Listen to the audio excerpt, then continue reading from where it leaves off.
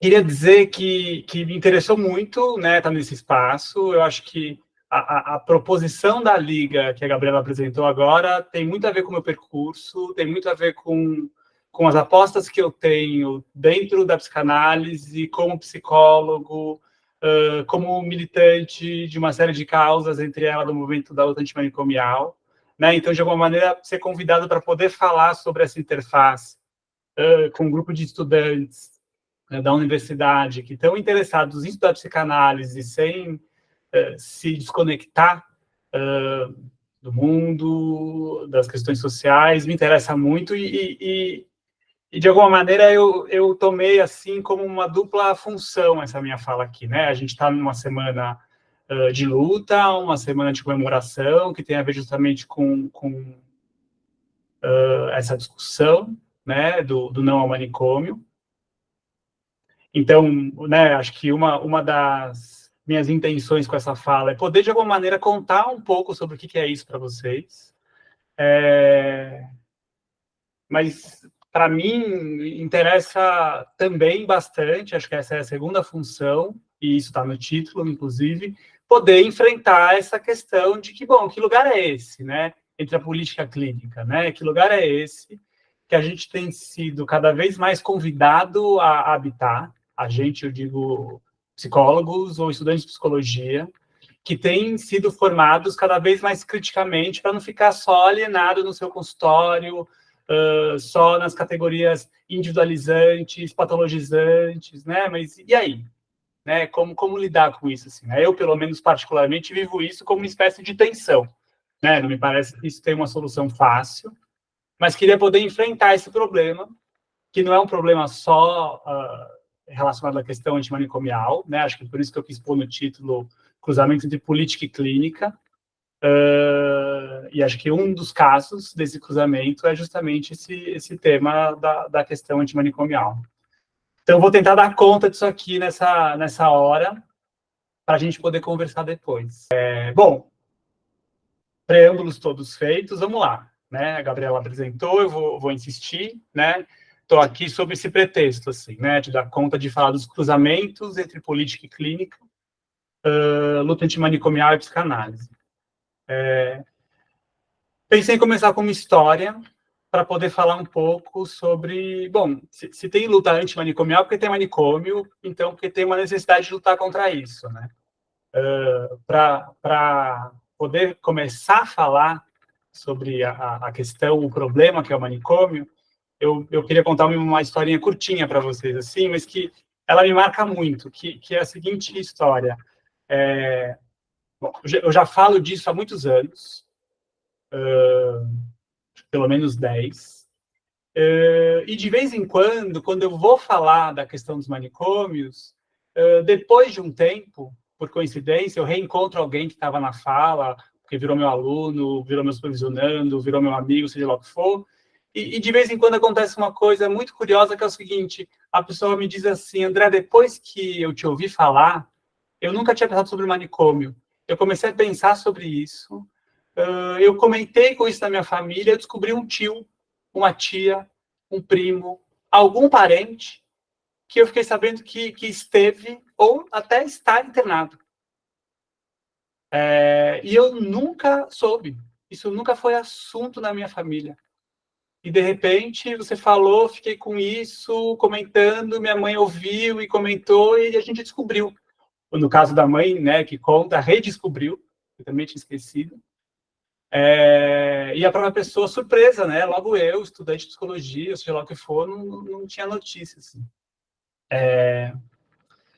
Por que eu estou contando essa história? Eu quero destacar dois elementos dessa história, né? Que são elementos que vão ser centrais para a nossa conversa, que é o elemento da invisibilidade e do aprisionamento, né? Então, não estou aqui para falar o óbvio para vocês, que manicômios são as instituições psiquiátricas onde pessoas são trancadas. Isso vocês já sabem.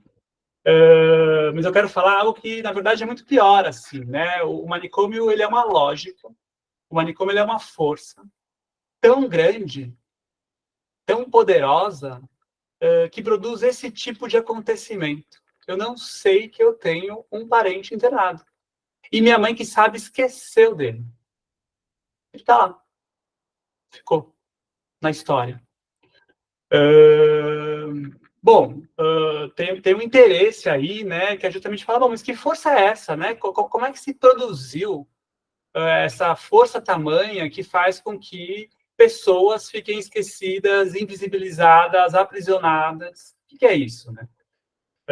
Quem oferece uma resposta para essa pergunta é o Foucault, né? Foucault é um filósofo bastante famoso, francês, e que a tese de doutorado dele é justamente sobre a história da loucura. Eu não vou retomar, mas convido vocês a conhecerem o texto.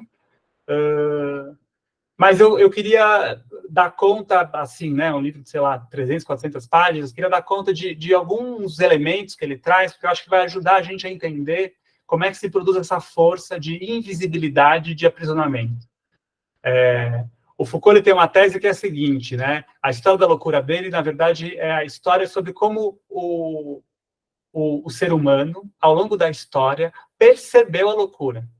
E mais importante ainda, como percebeu a loucura a ponto dessa percepção criar a psiquiatria. Os psiquiatras ficam loucos. Os psiquiatras supõem que eles descobriram a loucura. Que eles evoluíram tanto na ciência deles que um belo dia eles falaram, a gente entendeu que existe doença mental, descobrimos alguma coisa.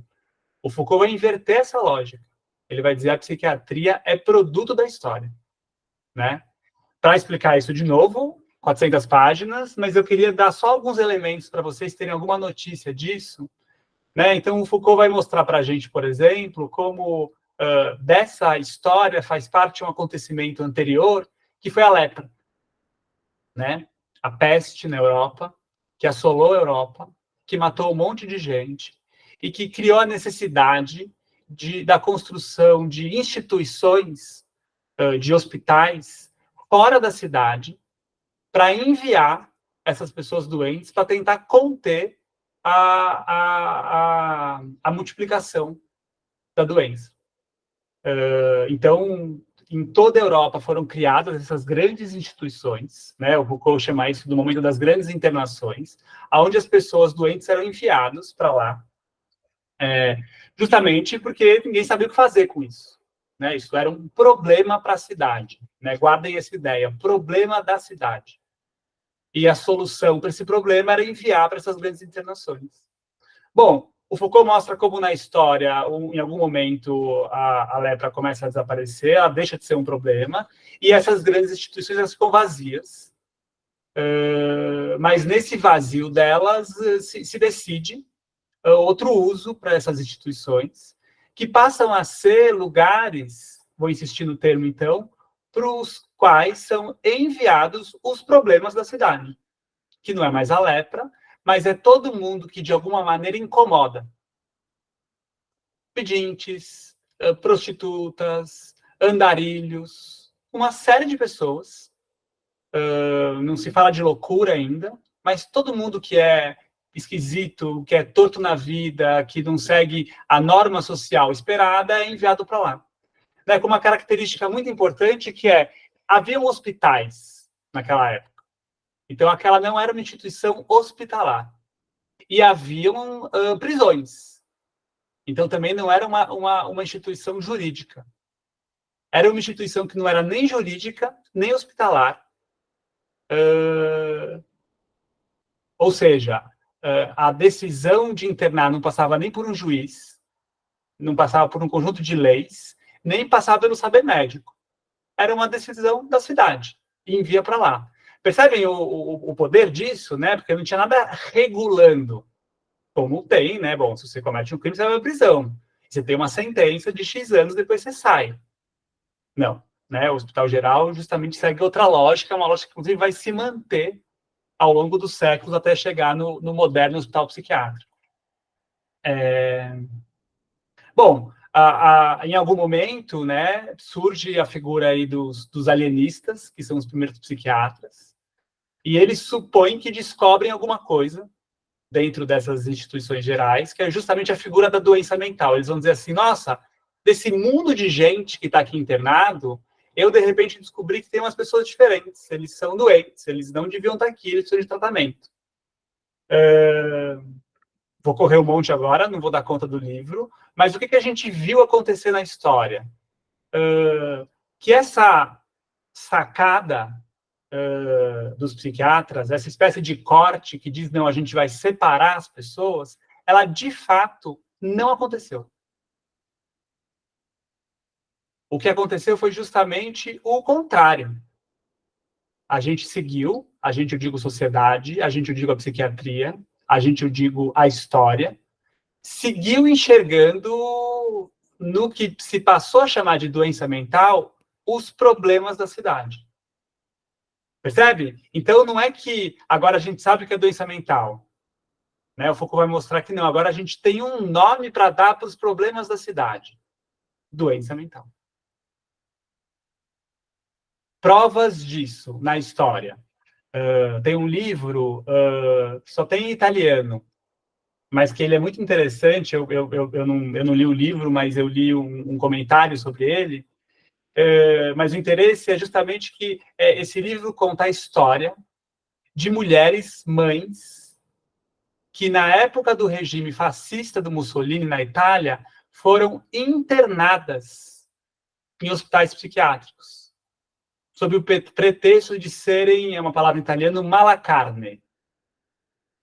E isso tem a ver um pouco com a ideia de que elas eram mulheres inadequadas, que elas eram doentes, e que, por causa disso, era melhor que elas fossem internadas e, inclusive, impedidas de ter prole, de ter filhos. Agora, o que a gente sabe? Que essas mulheres eram consideradas doentes porque elas se opunham ao regime fascista. Então, o nome correto disso, elas eram prisioneiras políticas. Mas o nome que foi dado, elas são doentes. Tanto que a instituição não foi um presídio, foi um manicômio para o qual elas foram enviadas.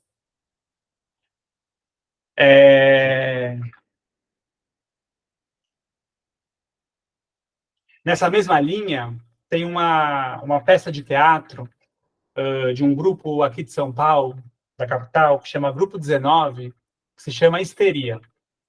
É uma peça que, se algum dia vocês tiverem, por algum motivo, a oportunidade de ver, vale muito a pena. Mas é uma peça que fala dessa mesma questão, e ela tem uma montagem muito interessante, né? Porque, bom, todo mundo da psicanálise sabe muito bem, né? As histéricas, o quanto elas são centrais, né, para a invenção da psicanálise e tudo mais assim. O que a gente fala menos, ainda que fale bastante, é que, bom, histeria era uma doença mental que era internada, que ia para hospitais psiquiátricos. Essas mulheres ficavam internadas. Qual que é a sacada dessa peça, que eu acho que ela é muito ilustrativa para esse nosso tema? A sacada é a seguinte: a peça é sobre um hospital psiquiátrico e, no momento que nós, espectadores, chegamos na peça, somos divididos de homens para um lado e mulheres para o outro. Os homens entram primeiro no teatro e se sentam confortavelmente nas cadeiras da arquibancada.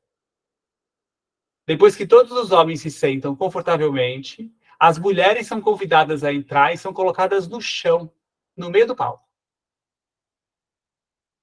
E quem está colocando as mulheres no chão são atrizes que estão fazendo o papel de enfermeiras do hospital. E já meio maltratando, senta lá, não sei o que lá, e já meio comentando. E olha a Gabriela, ela usa calça jeans, coitada. Tá doida mesmo.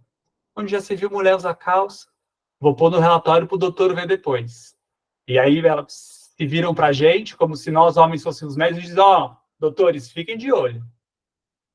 Né? E toda a peça tem um enredo, tem uma história, mas ela, ao mesmo tempo, brinca o tempo inteiro com as mulheres da plateia, nessa espécie de jogo no qual tudo que a gente considera hoje progressismo, em 1900 era considerado doença mental. Então pergunta para outra fulana, quantos anos você tem? 30. E quantos filhos você já tem? Nenhum. Nenhum? A enfermeira diz, como assim? Com 30 anos, mas então você não pode ter filho. Aí a pessoa da plateia fala, eu posso, mas eu ainda não quero. É louco. Uma mulher com 30 anos que não quer ter filho, é louca, ela tem que estar aqui mesmo, vou falar pro doutor. E aí vai, com tricotar, com obedecer os homens, com tudo que hoje em dia, a gente, pelo menos, né, desse nosso mundo psicoprogressista de esquerda, considera elementos básicos, né, direitos da mulher, a peça mostra como, em 1900, isso era tratado como doença, tratado como histeria. Último exemplo, preciso ficar de olho no tempo, Brasil, né? Então, no Brasil, o que a gente viu na ditadura militar, parecido com o regime fascista, foi uma série de opositores políticos do regime militar serem considerados loucos e enviados para o manicômio. E não só isso, né? Mas o que a gente viu, e às vezes, inclusive, vê acontecer, são pessoas que estão envolvidas em disputas, por algum motivo, com outras pessoas com mais poder, e que no meio da disputa, quem tem mais poder decide, o outro está louco, vou internar. Exemplos, a amante que engravidou. Não vou tirar esse filho, vou contar para todo mundo. Tá louca, manda para o hospício. 2 irmãos brigando para dividir a herança dos pais. Um dos irmãos não quer dividir nada. Meu irmão tá louco, manda para o hospício. Um pai com um filho gay e não aceita de maneira alguma. Tá? Estamos falando isso aqui de década de 30, 40, 50, 60. Tá louco. Manda para o hospício. Então, se a psiquiatria crê que descobriu a doença mental, o que a história mostra é que, na verdade, se inventou um belo de um nome para dar conta de expulsar o problema da cidade. E uma bela de uma instituição. Porque não tem regimento legal nenhum. Quanto tempo você fica lá? Até o médico decidir. Né? E com essa espécie de poder no qual a gente é formado a pensar que loucura se trata no manicômio, que loucura não tem jeito, precisa ficar internado, que a gente, inclusive, esquece. Eles ficam invisibilizados. É contra isso que a gente luta. A lógica manicomial, né, isso contra o qual a gente luta, não é só, então, lutar contra a existência do hospital psiquiátrico. Né? A lógica manicomial é essa ação de transformar problemas complexos, problemas múltiplos, problemas coletivos, em problemas individuais, em doença. E ter uma solução, de novo, para problemas complexos, múltiplos, coletivos, uma solução muito simples, muito única, única no sentido de sempre a mesma, que é manda para o hospício, manda para o manicômio.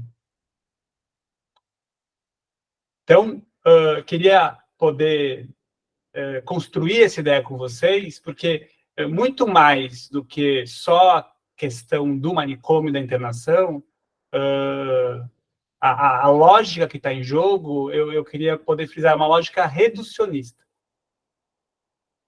É uma lógica que acaba com as complexidades e transforma numa coisa única e dá uma solução única.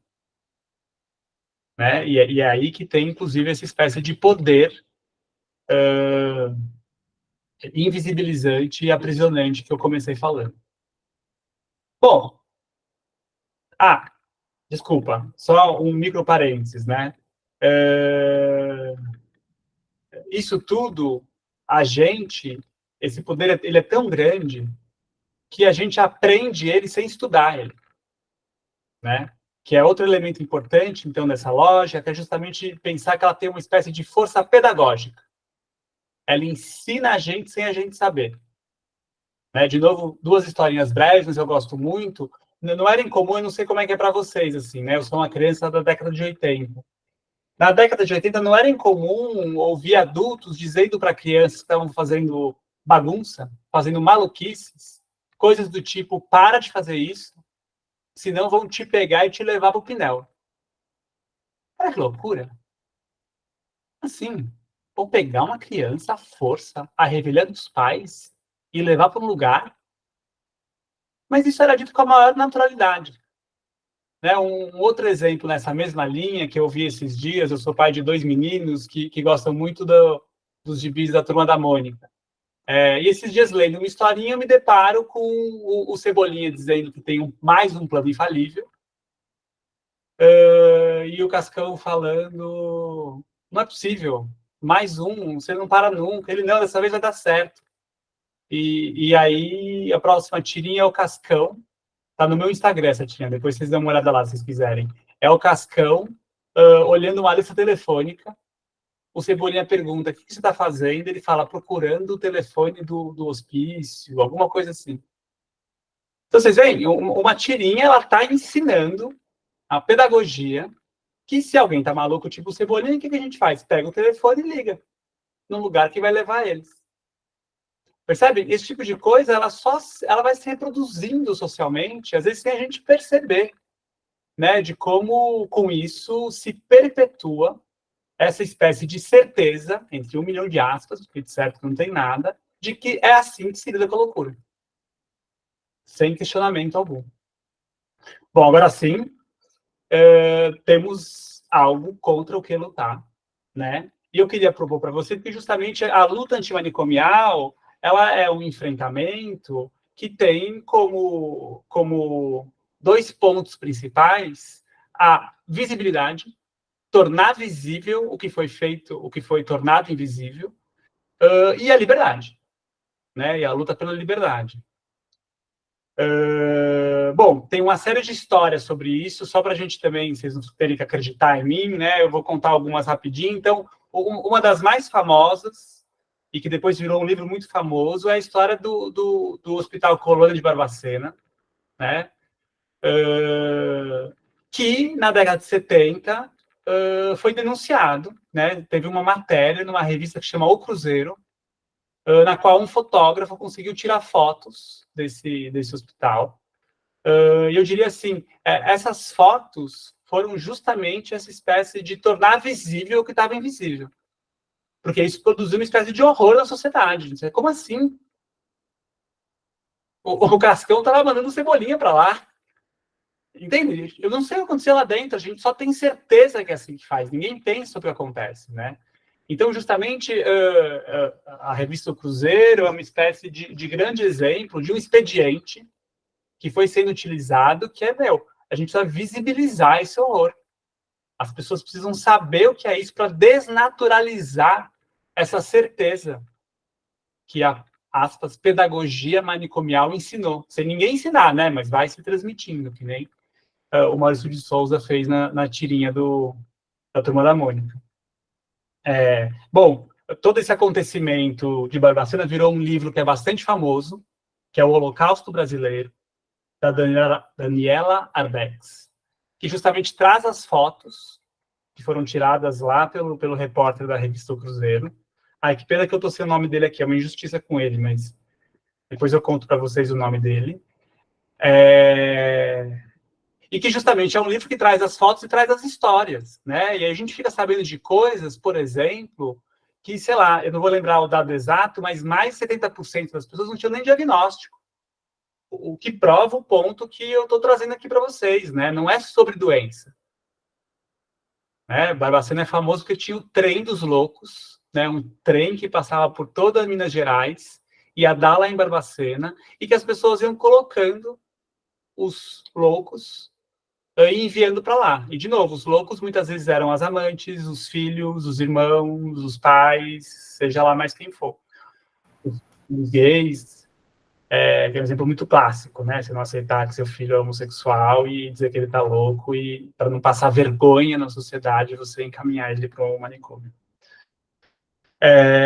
Bom, aí tem uma coisa interessante, que acho que vai encaminhar a gente para onde eu queria, assim. Há pouco tempo atrás, saiu um artigo de uma pesquisadora desse campo, né? Ela se chama Raquel Gouveia Passos. Um artigo muito interessante e provocativo, porque o título dele é o seguinte: Holocausto ou Navio Negreiro? O pessoal está me ajudando aqui. O nome do fotógrafo é Luiz Alfredo. Obrigado. Então, a Raquel Você vê, a gente está no clima da denúncia, a gente está no clima, né, de mostrar o horror que aconteceu, isso faz parte da nossa luta. A Raquel Gênia, ela vai lá e produz uma nova visibilidade, né? Ela pergunta, é o holocausto ou navio negreiro? O argumento do artigo dela é o seguinte, por que a gente precisou de uma metáfora europeia, holocausto, se a gente tem uma metáfora para dizer o que aconteceu nos hospícios brasileiros muito melhor e caseira, que é o navio negreiro? Que é você pegar um monte de gente diferente, com histórias complexas, de locais diversos, de culturas diversas, e reduzir todos eles num nome só, escravo. Aprisioná-los, invisibilizá-los e impor quem eles devem ser. Percebem que é a mesma lógica? Junta um monte de gente diferente, complexa, diz que é doente mental, põe no mesmo lugar e diz qual é o futuro deles, como é que eles têm que ser. É a mesma lógica. Né? Então, a Raquel ela faz essa provocação mais do que necessária, e eu proporia para vocês, é uma provocação que justamente está querendo, eu diria, aprimorar a nossa luta, né? Porque ela diz algo do tipo, bom, tem gente que ficou invisibilizado, a gente está lutando para visibilizar. Nesse sentido, o Holocausto brasileiro foi uma sacada muito interessante, porque tornou visível como o horror não é só nos campos de concentração nazistas, mas tem campos de concentração também no Brasil. Não é uma crítica, tá? A Daniela Beck, no sentido assim, ela tá errada, destruímos ela. Não é isso. A sacada dela é muito boa. E a da Raquel também. Porque ela mostra o que ficou invisibilizado. Percebe? Tem um jogo aqui que é justamente de, vamos olhar para o que a gente torna invisível, um jogo político, e poder visibilizar, né? Que acho que justamente está na pauta de quando eu quero convencer vocês de que o manicômio é mais do que a construção, é uma lógica. É uma lógica que reduz, é uma lógica que invisibiliza. Então, mesmo quando a gente está lutando contra ele, a gente, sem querer, invisibiliza certas coisas. Ainda bem que tem outras pessoas que vêm e ajudam a gente a visibilizar. Né? Tem um outro pesquisador que eu gosto muito, respeito muito, que é o Emiliano Davi Camargo, que ele vai, inclusive, propor, né, que a gente use o termo anti-manicolonial, justamente para mostrar como a questão do manicômio no Brasil tem muito a ver com a questão da colonialidade, tem muito a ver com a questão da raça, essas coisas estão misturadas. Então, talvez vocês já encontrem por aí artigos ou até eventos com esse nome. Difícil de falar ainda, mas justamente brinca com a junção do manicômio com a questão da colonialidade.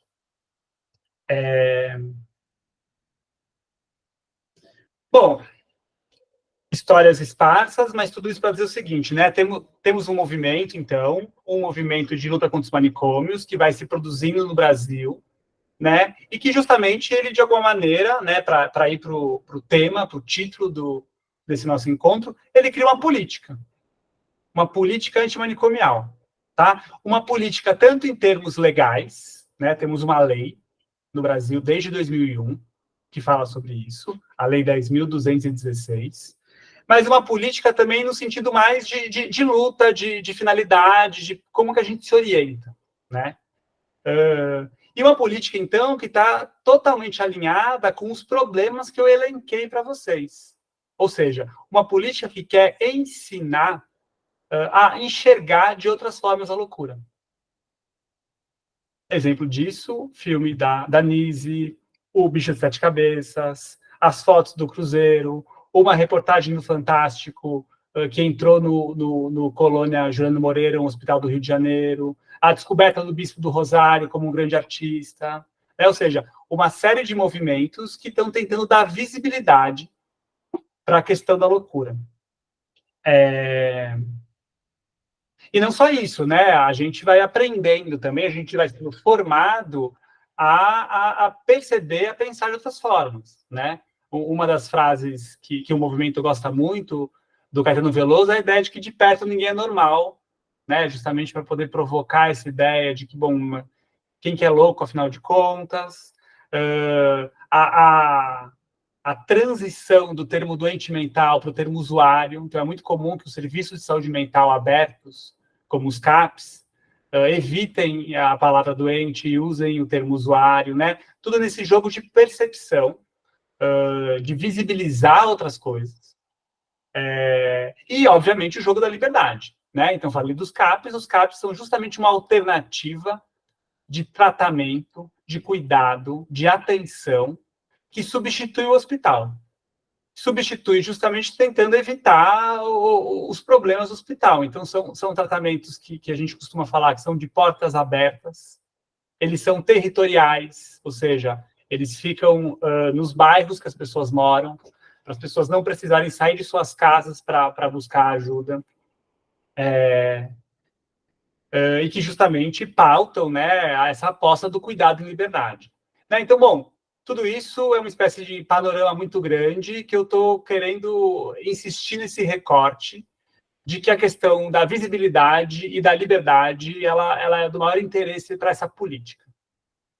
Bom, e a psicanálise, né? Prometi falar de psicanálise. Aonde isso entra? Vamos lá. Vamos colocar a psicanálise nessa conta agora. Começaria dizendo o seguinte, assim, a psicanálise, ela tem muitas histórias extremas, tanto no sentido mais heróico, né, de gente que se filiou a essa luta ou a outras lutas de libertação, de visibilidade, e de alguma maneira carregou o nome da psicanálise a favor disso tudo, e também a psicanálise tem na sua história o horror, né? Então, uma série, eu estou falando de extremos, né? Do heroísmo ao horror, né? Então, por exemplo, patologizar a homossexualidade, não permitir pessoas homossexuais nas formações analíticas, participar, né, caso agora extremo, de sessões de tortura, então psicanalistas que participam de sessões de tortura, sociedades de psicanálise que não expulsam esses psicanalistas, né? Então, bom, não vou entrar, vocês acham isso tudo na internet, mas a gente tem esses dois extremos. Não é disso que eu quero falar. Falei um pouquinho, mas não é disso que eu quero falar.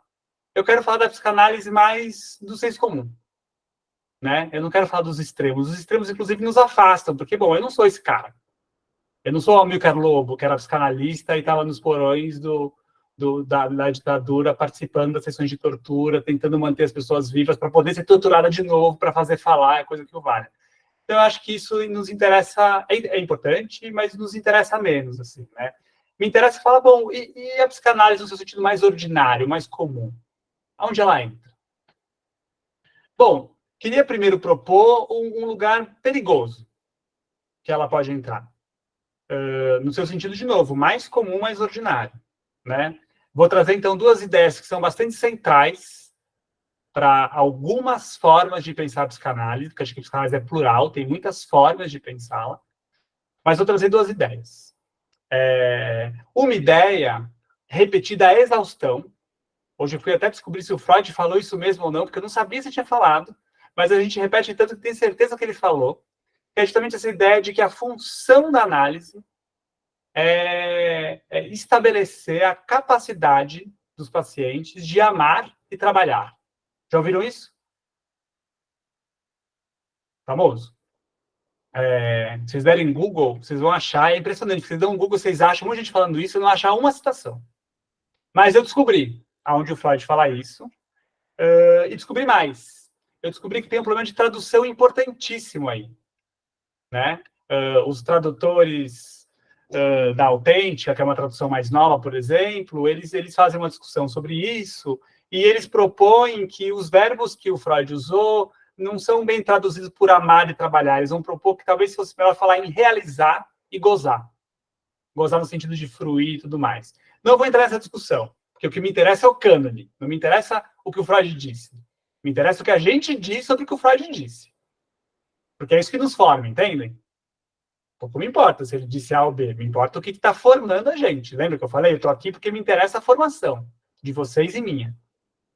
Bom, então tem essa ideia, né, de que amar e trabalhar são coisas vitais, são coisas essenciais, são os lugares para os quais a gente quer encaminhar nossos pacientes.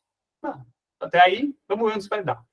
Segunda ideia, a função do analista, trabalho do analista, é ajudar o paciente a encontrar a verdade escondida no seu inconsciente. Tudo bem? Comum também, né? Uma espécie de revelação, e que a gente fala sempre que é singular, é de cada um, mas no fundo a psicanálise ela meio que diz assim, não, mas eu sei que tem a ver com o Édipo. Eu sei que tem a ver com mamãe e papai, tem a ver com incesto, né? Como é que eu acho isso aqui? Bom, duas ideias comuns, não estou dizendo por hora nem certas nem erradas, eu acho que elas são polêmicas, no mínimo. Mas eu queria trabalhar com vocês é como essas ideias elas podem fundamentar um tipo de clínica. Acho que é isso que me interessa. Então, por exemplo, um tipo de clínica, a partir dessas ideias, que tem uma espécie de recorte ao olhar para o paciente, que diz que se ele não está trabalhando, alguma coisa vai mal no tratamento dele. E que, então, a gente só vai saber que o tratamento caminhou bem quando ele conseguir um emprego. Algo estranho aqui, não? Tem trabalho para todo mundo? A gente vive num sistema de trocas financeiras, trocas de capitais que garante trabalho para todo mundo? Ou, pelo contrário, é um sistema que precisa que tenha muita gente sem trabalho para poder pagar o mínimo para essas pessoas e poder lucrar o máximo com isso? Então, a ideia de trabalho como indicador de saúde mental, ela tem um problema individualizante. Porque se eu suponho que a capacidade de trabalhar é de um indivíduo, eu não estou olhando para as questões sociais, para as questões econômicas, para as questões culturais. Tudo bem? Reducionismo? Tudo bem que tem aqui um problema de visibilidade. Quando a gente pensa assim, a gente invisibiliza uma série de questões.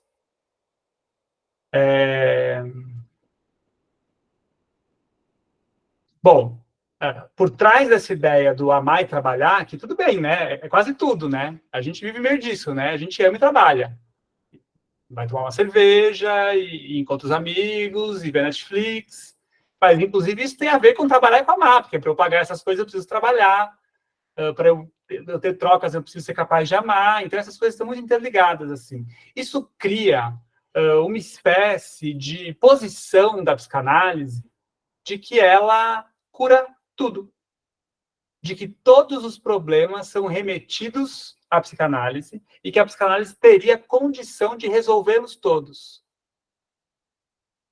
Escuta um outro eco reducionista aqui?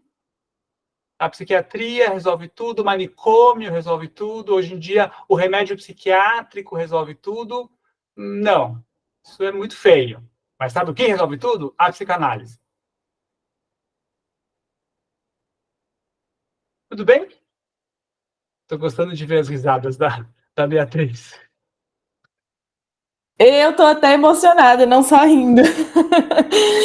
Ai, ai. Ou seja, a gente meio sem querer, inclusive lutando contra a medicação, lutando contra o manicômio, lutando contra uma série de coisas, a gente, às vezes, sem perceber mesmo, passa a acreditar que a análise é essa espécie de salvação. A pessoa fizer análise e tudo se resolve. De novo, invisibilizando uma série de questões.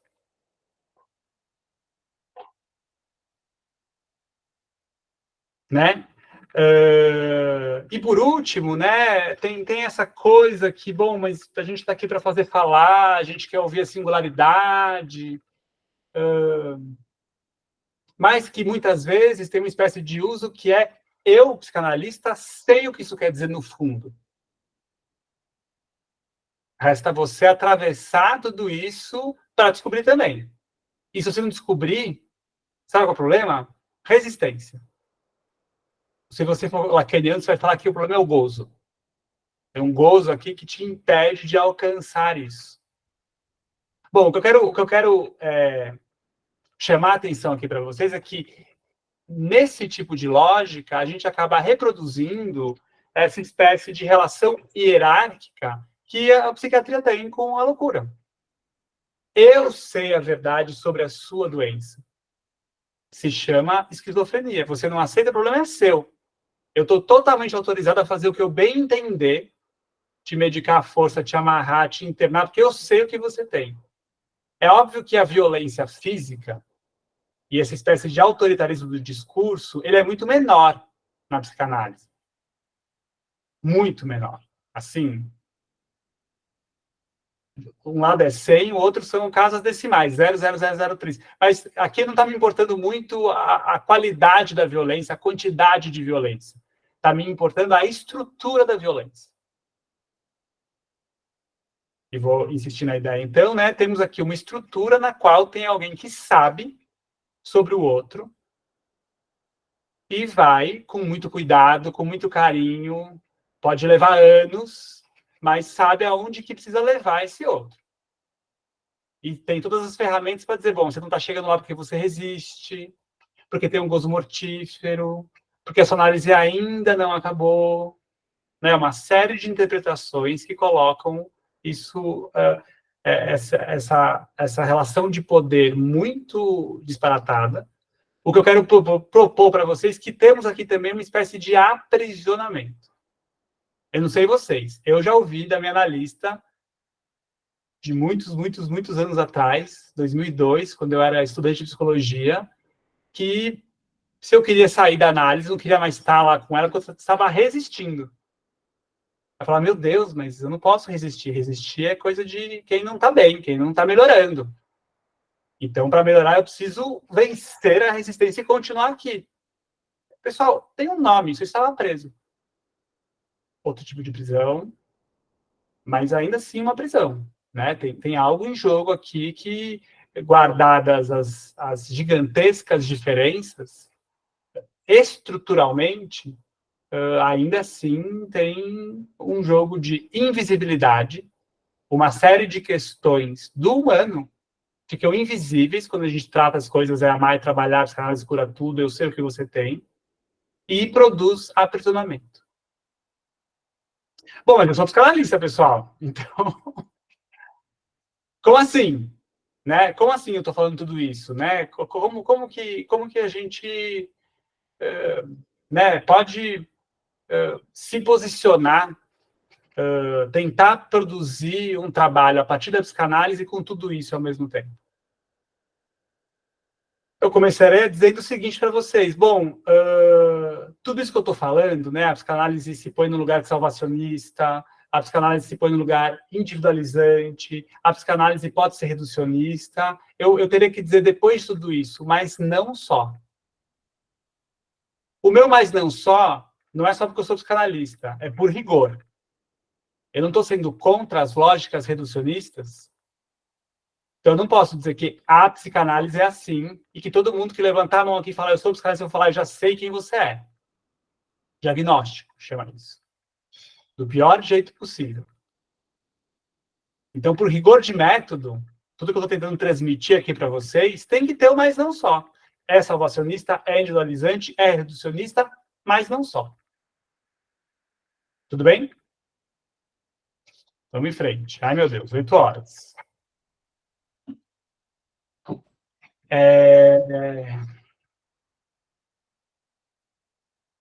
Bom,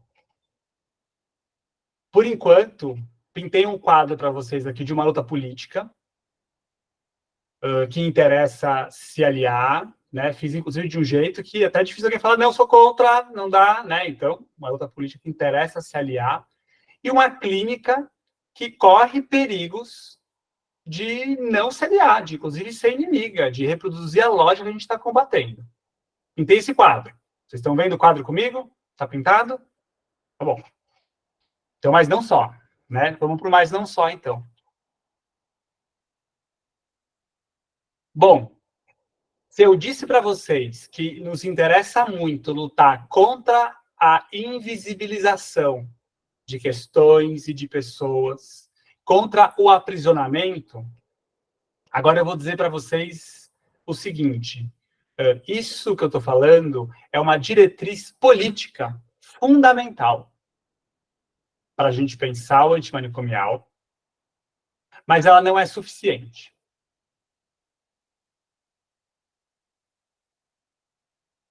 Por quê? Por que ela não é suficiente? Porque eu quero conversar com vocês de uma possibilidade na qual, não enquanto política, mas no caso a caso, no um a um, de que visibilidade e liberdade pode ser também um perigo. Pode ser também manicomial. Esquisito, né? Entenderam qual que é, não onde eu vou chegar, mas entenderam qual que é a loucura da minha pergunta? Eu estou advogando pró liberdade e visibilidade, agora eu estou falando mais isso aqui, enquanto na dimensão política nos interessa muito, não abro mão, mas da dimensão do um a um, eu não sei dizer o que é isso. E agora eu vou inclusive propor para vocês esses termos, eles não são fixos, a gente pode questionar eles, tá? Mas eu vou propor assim, liberdade e visibilidade são questões fundamentais para política, mas para a clínica a gente precisa pensar um pouco melhor. Estou aqui tentando justamente jogar esse jogo que eu propus no título de como é que se relaciona, então, política e clínica. Bom, já vou explicar isso, é justamente onde eu quero chegar, né? Por que isso pode ser um perigo também, se ao mesmo tempo é a solução. Mas queria dizer que eu, particularmente, não acho que esse é o único jeito, mas que eu, particularmente, acho que a gente está aqui justamente em comunidade por conta desse tema da psicanálise, eu aprendo isso com a psicanálise.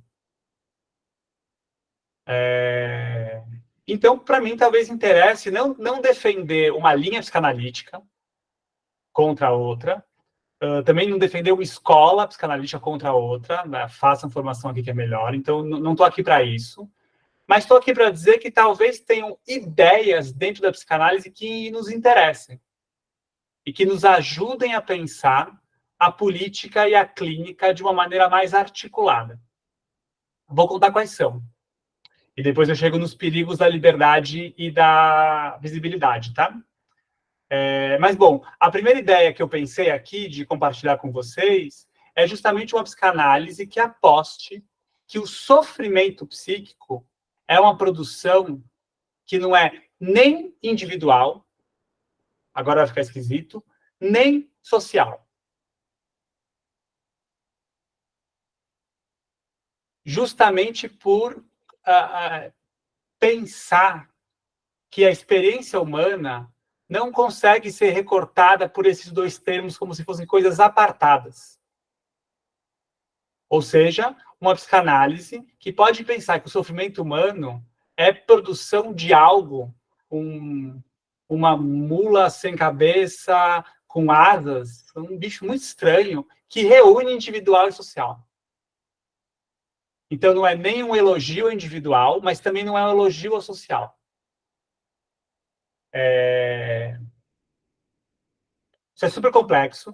Eu podia ficar 1h30 só discutindo como é que isso se monta, então isso eu vou ter que dar assim de carteirada. Acreditem que epistemologicamente é possível pensar, né, romper com a dicotomia individual e social e criar uma aposta de que essas duas coisas elas são intimamente conectadas. Então, tem uma forma de pensar a psicanálise que eu estou defendendo para vocês, que pode ser muito interessante para, de alguma maneira, estar aliada à política e ajudar a pensar a política, que consiga olhar para o sofrimento dessa maneira. Segunda asserção sobre a psicanálise que me interessa compartilhar com vocês. Uma psicanálise que saiba que ela é uma teoria específica para trabalhar dentro de um certo campo. Ou seja, é para lutar contra a ideia de que a psicanálise pode tudo. Então, a psicanálise, vou defender, tá? A gente pode discordar em relação a isso, mas me parece que é uma teoria que vai trabalhar a relação do humano com a linguagem. Posso dizer de outro jeito, né? Que vai trabalhar a maneira com que a palavra nos afeta. E ela nos afeta de uma maneira tão profunda que justamente a gente criou uma teoria que é para desafetar, desamarrar, desaprisionar a gente de certas palavras, de certas formas de pensar, de se enxergar, de enxergar o outro. Isso resolve o problema de alguém com o trabalho? Não sei. Não sei. Se o problema com o trabalho dessa pessoa tiver a ver com palavras que o prendem, talvez resolva, essa pessoa consiga trabalhar. Se o problema do trabalho com essa pessoa tem a ver com questões sociais, com questões econômicas, com racismo, com homofobia, provavelmente a gente não vai conseguir cuidar disso. Então, é uma psicanálise que sabe qual é o seu campo, que sabe a circunscrição, o limite do seu fazer.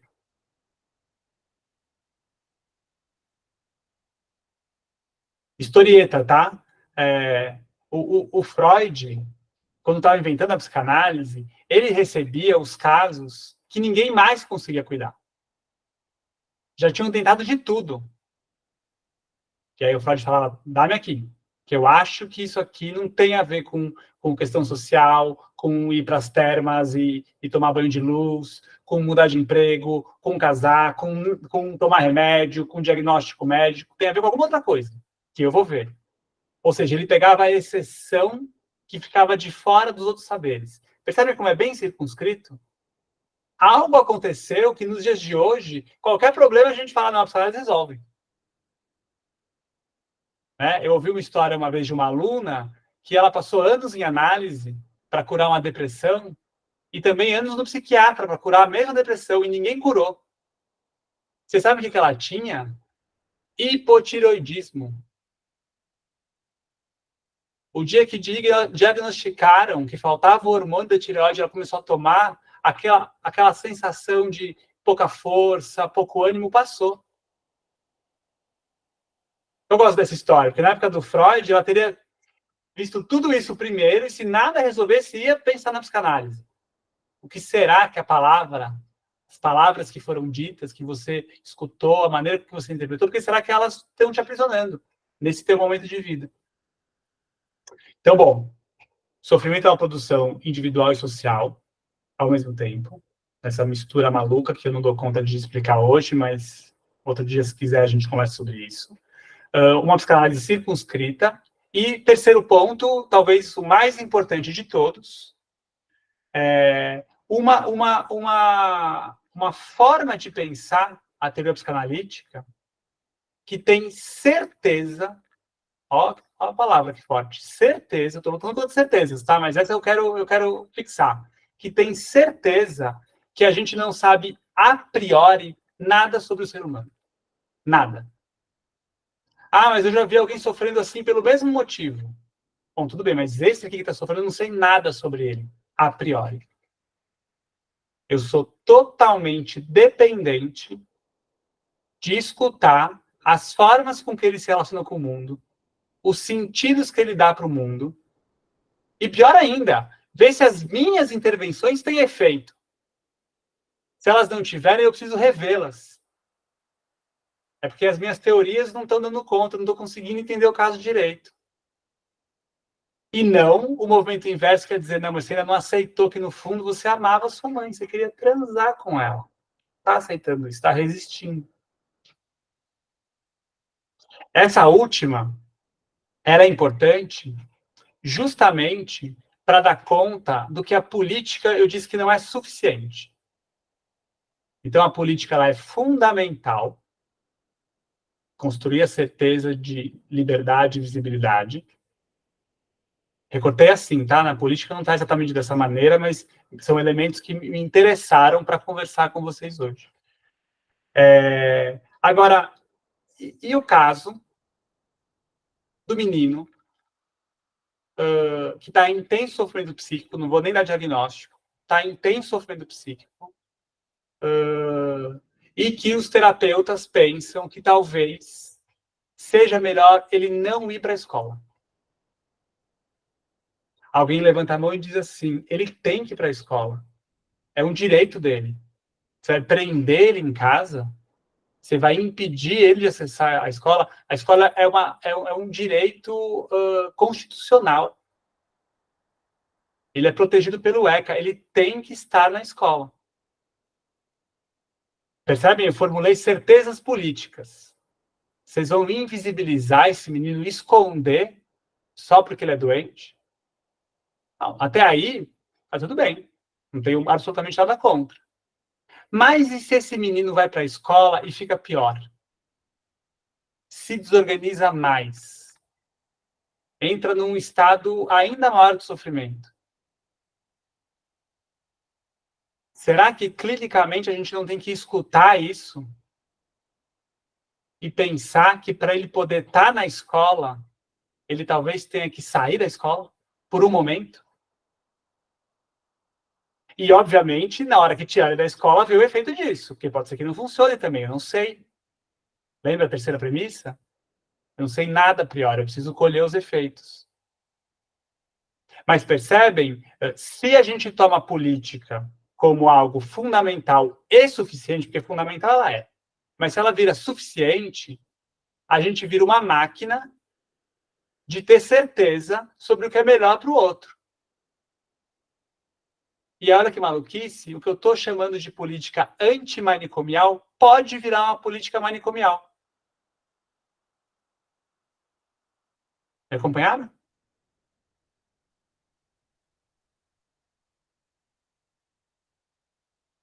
É isso que eu tinha para oferecer.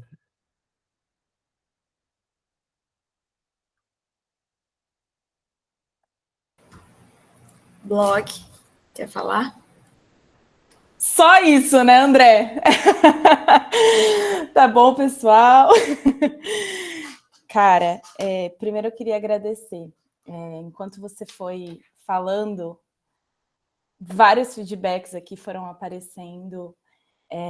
Sua fala, ela foi mobilizante. Para mim, ela foi hoje, especificamente hoje, depois de ter vivido alguns conflitos com essa psicanálise não circunscrita, foi como um abraço, André. Então, obrigada.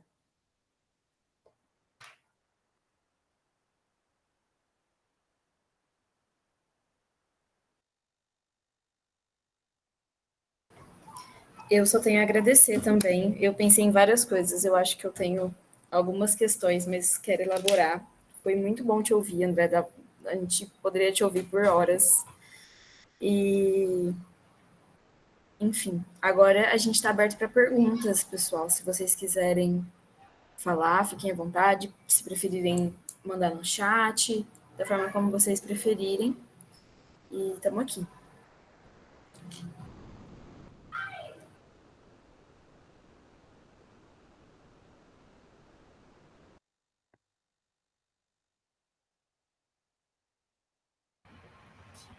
André, foi muito bom te ouvir.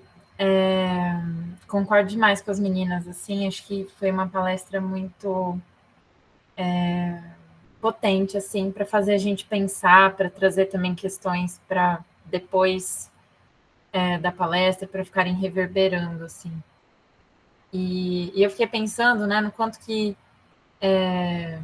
se torna um lugar, de certa forma, confortável também para a gente que se forma psicólogo, que atende, imaginar que a gente tem essa potência toda de dar conta de tudo, ou quase tudo, né? E, de certa forma, esconder as nossas próprias vulnerabilidades nesse lugar, assim, né? De onipotência, muitas vezes, né?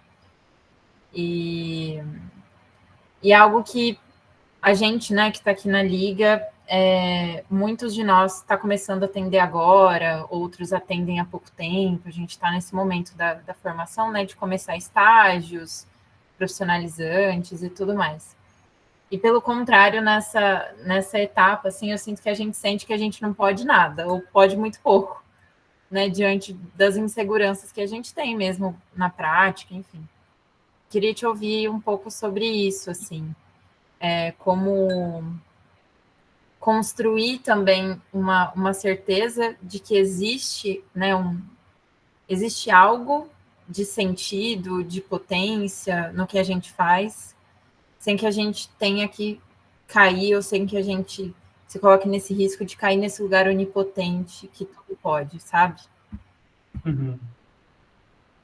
Ótimo. A pergunta eu acho, assim, fundamental, Amanda, porque diria, inclusive, é isso, assim, né? Acho que a pergunta, de alguma maneira, revela um efeito da minha fala, um efeito perigoso, que eu acho ruim, que é, de alguma maneira, amplificar a impotência, mas que eu sei que não é um efeito só da minha fala, né?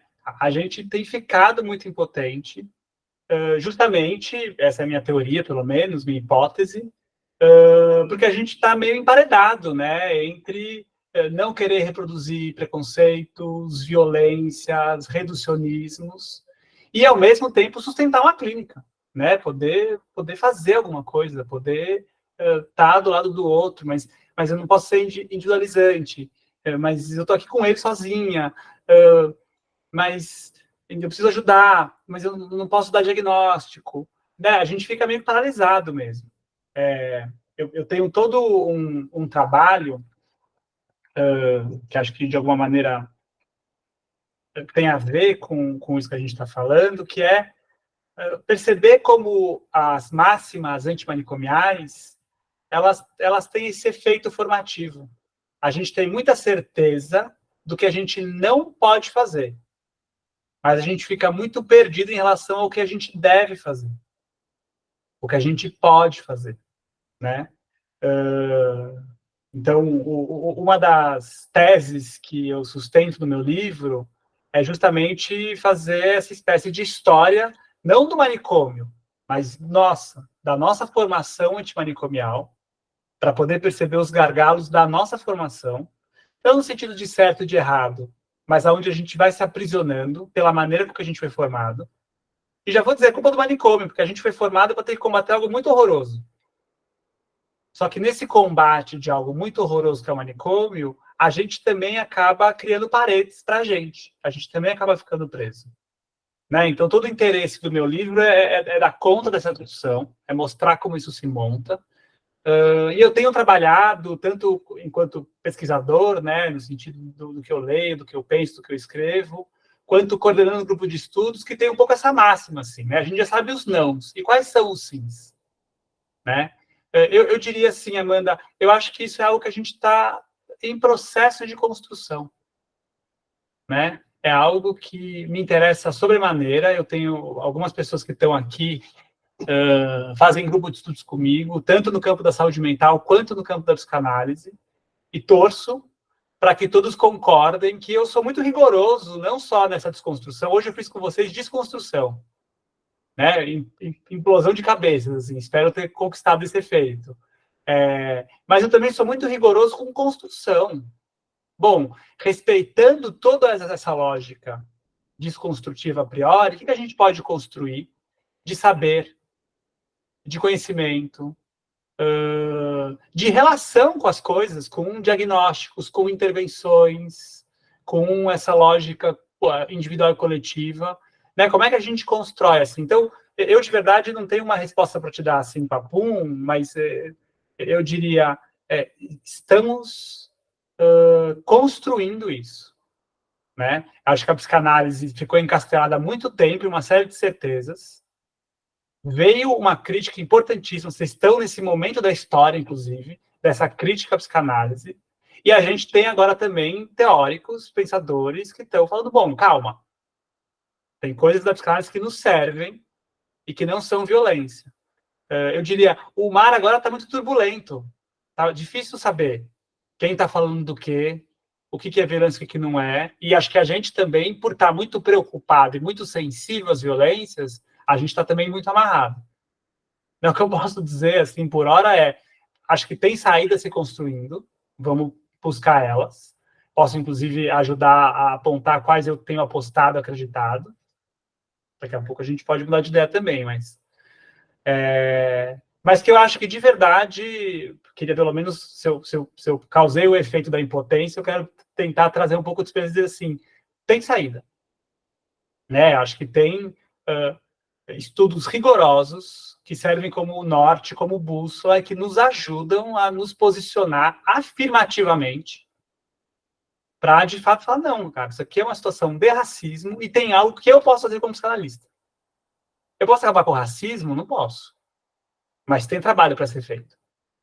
Ainda que tenha uma outra questão, que é de cunho social, que não está na minha alçada, que eu não quero reproduzir, mas sem reproduzir e sem acabar com o racismo, eu tenho um trabalho para fazer. Né? É um nó isso aí, né? Como que a gente localiza isso? Mas acho que isso tem a ver, inclusive, com essa minha segunda aposta, assim, uma psicanálise que consegue se circunscrever, que consegue localizar qual é o seu lugar. Em vez de... Você tem toda a razão, você me ajudou a dizer isso, né? Eu disse em vez de achar que está em todo lugar. A gente precisa colocar na minha fala, então, em vez de achar que não tem lugar nenhum. Né? Acho que é um trabalho. Acho que é um trabalho para a Liga, é um trabalho para mim, e é um trabalho para a nossa época poder reconstruir uma psicanálise que vai, minimamente hoje, nessa uma hora, eu acho que eu mapeei as fronteiras a não serem ultrapassadas, porque são abismos, né? E aí a gente tem que, com certeza, isso talvez seja importante eu falar, Amanda, a gente precisa se empenhar nessa tarefa também. A gente não pode se contentar, isso não é pouco, mas a gente não pode parar nisso e ficar só na denúncia. Eu fico louco da vida, às vezes, com um perfil de Instagram que fica só denunciando. É psicanalista e fica o tempo inteiro dizendo como a psicanálise é preconceituosa. Só que não tem uma postagem, um vídeo, um nada, dizendo, bom, e como é que eu lido com isso? Não tenho nada contra a denúncia. A denúncia é essencial. Mas a gente precisa também se engajar na tarefa de construir respostas. Senão a denúncia essencial vira uma espécie de lugar facinho, uma água quentinha. Todo mundo está errado. Eu aponto o erro de todo mundo. Mas eu não posso aparecer, porque vai que eu apareço e alguém aponta o meu erro. Né? Aí, bom, tem uma discussão gigantesca, né? De lógica de rede social, lógica de cancelamento, ou que tipo de post gera... como é que chama isso? Quando as pessoas... Interação. Tem um mundo de coisas, mas... não sei se dei conta, Amanda, fui associando livremente, assim, mas... Deu conta, sim. Eu acho que... E na sua fala, eu senti essa curiosidade mesmo de te ouvir falar um pouco mais a respeito, assim, mas não sinto que sua fala trouxe só uma desconstrução. Acho que você já deixou ali uma sementinha, uma curiosidade, que também me fez pensar nessa pergunta, assim. Mas muito obrigada. Eu faço meio questão de deixar esses 3 pontos mínimos. Vocês viram? Eu não falei de teoria, não falei de nada, mas eu falei, cara, alguma coisa eu tenho que oferecer também. Então, teve essa preocupação, mas eu sei também que tem esse caráter que eu gosto também, eu um pouco construo para isso bombástico, vocês ficarem, meu Deus, e agora, sabe? Alguém tinha levantado a mão, eu acho. Tinha sido eu, levantei a mão, mas abaixei porque talvez outras pessoas também queriam usar desse espaço, mas eu só queria pontuar o quanto essa postura que você trouxe de a priori não sei nada sobre o outro, para mim ser um desses caminhos. Para olhar para essa psicanálise que talvez esteja circunscrita a partir daí. E eu gostaria de pontuar assim, que o grande desafio, a grande mobilização que sua fala me provocou, foi exatamente pensar sobre, e aí? Né? Então, ok, onde, como construir, o que buscar, por onde se referenciar. E saber que se situar nesse lugar histórico me ajudou a entender, ok, então a gente está fazendo exatamente isso. É o momento de fazer isso. Sim. Acho que você falou melhor do que eu falei, assim. A gente vive um momento histórico. A gente está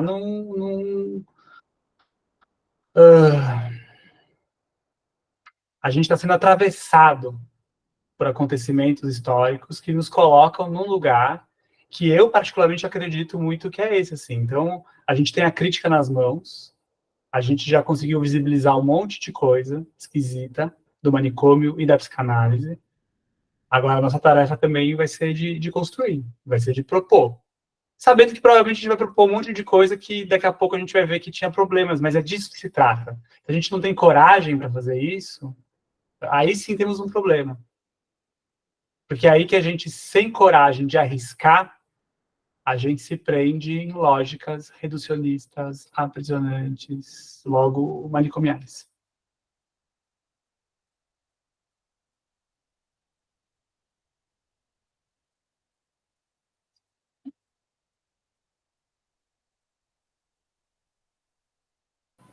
Acho que temos tempo para mais uma pergunta. Alguém mais quer falar?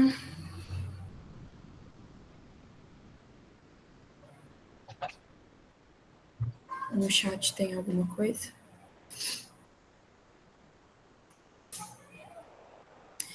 André, então, vou aproveitar e vou falar eu. Uma das coisas que eu pensei, né, quando você traz essa visibilidade, essa liberdade, elas são os pilares, né, pelos quais a gente está olhando nessa luta antimanicomial, mas, ao mesmo tempo, elas podem se voltar, né, e aprisionar e invisibilizar, assim. E eu fiquei pensando muito que a gente, não sei, eu associei a esse momento que a gente vive de um extremo exibicionismo, assim, tudo é muito exposto, né? Como você falou, tudo é muita denúncia, tudo é muito passível de ser analisado. É terrível o tanto de análises que a gente vê no Instagram sendo feitas de pessoas, de filmes, de tudo, mas até de pessoas, que eu acho bastante absurdo, assim. E eu fiquei pensando, e aí eu não sei se eu fui por um caminho que faz sentido, mas que é justamente esse excesso dessa visibilidade, e que a sensação que eu fico é de que toda essa exposição tira um pouco do fazer analítico mesmo, né? Dessa circunscrição, assim, de onde que está a psicanálise, porque se ela está em tudo, ela não está em nenhum lugar nenhum, né? E ao mesmo tempo, e aí o meu dilema, ao mesmo tempo, esse exibicionismo nos foi muito produtivo, muito eficiente para denunciar coisas muito importantes, como racismo, LGBTfobia, e a gente ter acesso, né, à homofobia e a tudo isso, e inclusive entender onde que a psicanálise cutucou essas feridas também, né? E aí é dar um passo para trás, falar, tá, a psicanálise não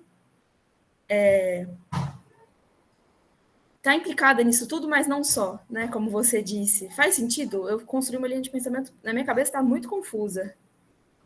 Não, mas eu acho que eu entendi, ou pelo menos eu tenho algo a dizer sobre o que eu entendi. Primeiro, eu só queria dizer uma coisa, assim, né, para deixar bastante claro. Não é que exatamente que a liberdade e a visibilidade podem ser manicomiais, podem ser reducionistas, é que qualquer coisa pode. Eu fiz a construção para provocar vocês, justamente, mas a questão é, qualquer coisa, qualquer tipo de alienação que diz é assim que faz, ela pode, para alguém, num determinado momento da vida da pessoa, da história de uma cultura, ser um reducionismo. Óbvio que eu fiz a construção de um jeito para colocar o que parecia o maior baluarte da luta como um perigo também, mas isso não é exclusivo disso, é de tudo, né? Acho que a liberdade é um ótimo exemplo, porque, bom, quem capturou o discurso da liberdade, pessoal? Neoliberalismo, a ideia de que a gente é livre para falar o que quiser, e aí eu estou falando de nazismo. Então, você vê, é muito fácil falar de como tem perigo, mas não porque seja algo exclusivo dessas ideias, são de todas. Vou aproveitar, acabei de me dar conta, que dá para aproveitar esse meu primeiro cuidado para dizer, bom, isso tem a ver também com a denúncia, isso tem a ver também com as redes sociais, isso tem a ver também com a visibilidade que se conquista, né? Talvez fosse interessante a gente poder afirmar aqui que nada disso é necessariamente bom ou ruim. Estou roubando Foucault, depois eu conto, mas que tudo é perigoso. Foucault tem essa máxima. Nada é necessariamente bom ou necessariamente é ruim. A única coisa que a gente tem a dizer sobre as coisas é que elas são perigosas. O Foucault, inclusive, complementa. Ele fala, por isso que a cada conquista, eu não estou comemorando. A cada conquista, quando a gente conquista alguma coisa, que é algo que está invisível, eu já estou procurando os novos perigos. Esse jeito de pensar, ele rompe com as dicotomias. É bom denunciar ou é ruim? Eu devo denunciar ou não devo? Eu devo tornar visível, expor uma coisa ou não devo? Eu devo usar a rede social ou não devo? Essas perguntas ficam todas falsas. São perguntas mal feitas sob essa perspectiva. Porque acho que justamente cada uma dessas coisas vai ter que ser analisada em seu contexto. Eu consigo analisar a posteriori que as denúncias e a visibilidade que foram feitas em relação ao manicômio foram importantíssimas. E eu consigo levantar como hipótese que hoje em dia esse tipo de denúncia não tem o mesmo valor e ela traz certos perigos. Qual que é o perigo que me interessa como pesquisador? Que a gente segue buscando o que denunciar, e tem um monte, comunidades terapêuticas, por exemplo, mas a gente não está conseguindo avançar com a reforma no sentido de pensar os nossos serviços, de pensar as nossas práticas. E aí a gente denuncia as OSs, que são um problema mesmo, a privatização da saúde, a gente denuncia a falta de dinheiro, que é problema mesmo, mas ao fazer isso, a gente não está conseguindo olhar para as nossas práticas. Percebe que é complicado? Não estou dizendo que é ruim denunciar essas coisas de maneira alguma, eu estou dizendo que precisa denunciar elas. Mas estou dizendo que tem um perigo ficar preso nisso. Eu não sei se eu me faço claro, mas o que eu estou querendo dizer rigorosamente é que não dá para julgar essas coisas como boas ou ruins. A gente tem que poder olhar a função que elas têm e poder olhar também o que elas estão invisibilizando, para tentar visibilizar outras coisas. Sabendo que, ao visibilizar outras coisas, como eu tento aqui repensar a clínica, é bem possível que invisibilize alguma coisa da situação. O André falou que precisa olhar para a clínica, pensar no caso a caso, não sei o que, não sei o que, não sei o que lá. De repente, estão usando isso para internar todo mundo. Opa! Temos que rever a fala do André. Não é nada pessoal, não é comigo, não é com vocês. É justamente com essa certeza do Foucault que cada coisa que a gente produz de novo no mundo, ela vai ter perigos. A professora minha, a minha orientadora de mestrado, ela fala uma coisa que eu acho muito interessante. Ela diz assim, ela é do campo da educação. E ela diz assim, a gente passou muito tempo, e a gente segue passando, comemorando o aniversário do ECA. 10 anos do ECA, 15 anos do ECA. Ela diz, eu acho que no instante que o ECA foi promulgado enquanto lei, a gente devia ter começado a pensar quais são os perigos que essa lei produziu e como a gente vai aprimorar. Gosto muito disso. Adriana Marcondes, para citar a fonte. Professora do Departamento de Psicologia Escolar da USP de São Paulo.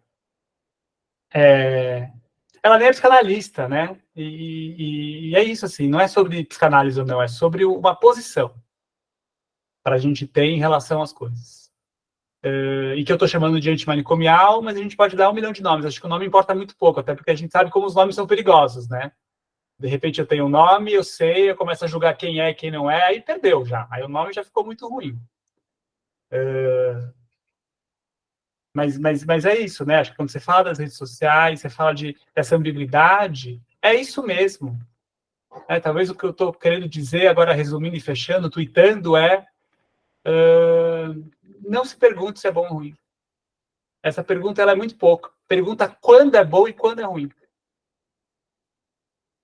A pergunta do se é bom ou se é ruim, ela tem esse quê manicomial, porque se eu sei se é ruim, eu só apago.